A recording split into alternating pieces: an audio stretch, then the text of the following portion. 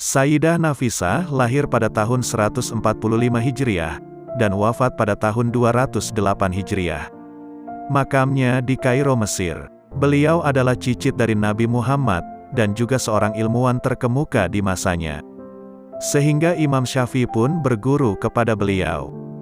Sejak kecil Sayyidah Nafisah sudah hafal Al-Quran, dan setiap selesai membaca Al-Quran beliau selalu berdoa, "Ya Allah, mudahkanlah aku untuk berziarah ke makam Nabi Ibrahim." Mengunjungi makam Nabi Ibrahim, boleh jadi beliau berharap menarik benang merah perjuangan para leluhurnya. Ketika beliau berusia 44 tahun, beliau tiba di Kairo pada 26 Ramadan 193 Hijriah. Kabar kedatangan perempuan yang alim ini pun telah menyebar luas. Beliau pun disambut oleh penduduk kota Kairo, dan merasa bersyukur didatangi oleh Sayyidah Nafisah. Ratusan orang setiap hari datang menemui beliau, untuk meminta doa dan mendengar nasihat dan ilmu dari beliau. Sayyidah Nafisah pun merasa waktunya tersita melayani umat, beliau pun memutuskan untuk meninggalkan Kairo dan kembali ke Madinah agar bisa berdekatan dengan makam kakeknya, Nabi Muhammad. Akan tetapi, penduduk Kairo keberatan dan memelas agar Sayyidah Nafisah membatalkan keputusannya untuk kembali ke Madinah. Gubernur Mesir pun turun tangan, supaya Sayyidah Nafisah untuk bertahan di Kairo. Gubernur menyediakan tempat yang lebih besar baginya, sehingga kediamannya bisa menampung umat lebih banyak. Sementara Sayyidah Nafisah terdiam, menunggu petunjuk dari Allah. Akhirnya, setelah mendapat izinnya, beliau pun menerima tawaran gubernur dan memutuskan tinggal di Kairo sampai ajal menjemputnya. Sebelum tiba di Mesir, Imam Syafi'i sudah lama mendengar kealiman Sayyidah Nafisah, dan mendengar bahwa banyak ulama yang datang ke rumahnya untuk mendengarkan pengajian dan ceramahnya. Imam Syafi'i pun datang ke kota Kairo, setelah 5 tahun sesudah Sayyidah Nafisah. Beberapa waktu kemudian, Imam Syafi'i meminta bertemu dengannya di rumahnya. Sayyidah Nafisah pun menyambutnya dengan seluruh kehangatan dan kegembiraan. Bila Imam Syafi'i berangkat untuk mengajar di masjidnya di Fustat, beliau mampir ke rumahnya.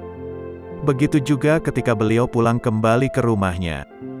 Dikabarkan bahwa Imam Syafi'i adalah ulama yang paling sering bersama Sayyidah Nafisah, dan mengaji kepada beliau. Justru dalam status, Imam Syafi'i sebagai tokoh besar dalam bidang usul fikih dan fikih. Kita pun tahu bahwa sebelum datang ke Mesir, Imam Syafi'i sudah terlebih dahulu terkenal di Baghdad. Pada bulan Ramadan, Imam Syafi'i juga sering salat tarawih bersama Sayyidah Nafisah di masjid ulama perempuan ini. Begitulah kedekatan kedua orang hebat ini. Manakala Imam Syafi'i sakit, Imam Syafi'i mengutus sahabatnya untuk meminta Sayyidah Nafisah mendoakan bagi kesembuhannya. Ketika dalam beberapa waktu, kemudian Imam Syafi'i sakit parah, sahabat tersebut dimintanya kembali menemui Sayyidah Nafisah untuk meminta didoakan. Kali ini, Sayyidah Nafisah hanya mengatakan, "Semoga Allah memberinya kegembiraan ketika berjumpa dengannya." Mendengar ucapan sahabat sekaligus gurunya itu, Imam Syafi'i segera paham bahwa waktunya sudah akan tiba. Imam Syafi'i kemudian berwasiat kepada muridnya Al-Buwaiti, meminta agar Sayyidah Nafisah menyalati jenazahnya jika kelak dirinya wafat. Ketika Imam Syafi'i wafat, jenazahnya dibawa ke rumah sang ulama perempuan tersebut untuk disalatkan. Di antara nasihat Sayyidah Nafisah kepada para muridnya adalah: 1. Jika kalian ingin berkecukupan, tidak menjadi miskin, bacalah surat Al-Waqiah. 2. Jika kalian ingin tetap dalam keimanan Islam, bacalah surat Al-Muluk. 3. Jika kalian ingin tidak kehausan pada hari dikumpulkan di akhirat, bacalah surat Al-Fatihah. 4.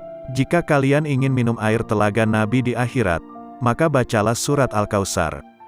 Sayyidah Nafisah adalah bukti sejarah bahwa seorang perempuan bisa menjadi seorang ulama terkemuka, bahkan menjadi guru bagi Imam Syafi'i. Itulah sedikit kisah Sayyidah Nafisah. Semoga bermanfaat.